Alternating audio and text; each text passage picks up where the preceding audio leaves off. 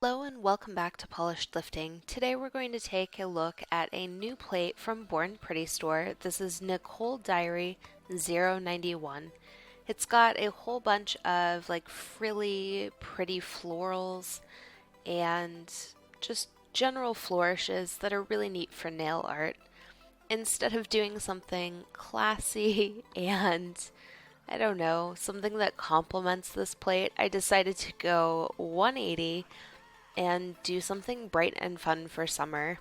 After learning basic stamping techniques, the next thing I attempted to tackle was the gradient stamp, and it's much easier than you would think. The big playing factor in this, actually there are two, is one, making sure that you apply enough polish for each color, two, making sure they touch, and technically three, making sure that when you scrape the first time, it's just light enough to blend the colors and not remove very much polish. The second scrape or third scrape is going to be the one that scrapes off enough polish so that you can remove it with your stamper. Now this technique does take some trial and error.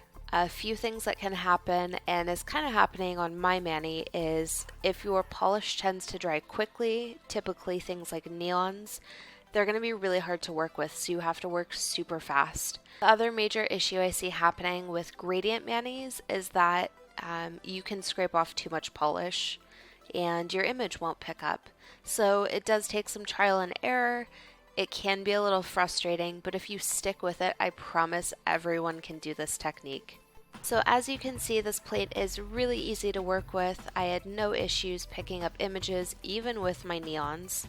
I mean, I did have minor issues, but you can tell that the issues were on my end and had nothing to do with the plate.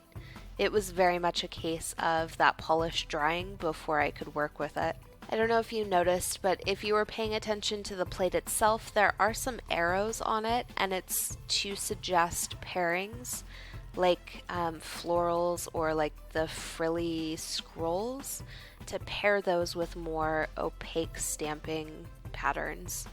And so I didn't use those in this mani, but you could totally use them together. It's a nice way to pair things without really giving it too much thought. As always, you can find all of the products used in this video in the description box below, plus a corresponding blog post.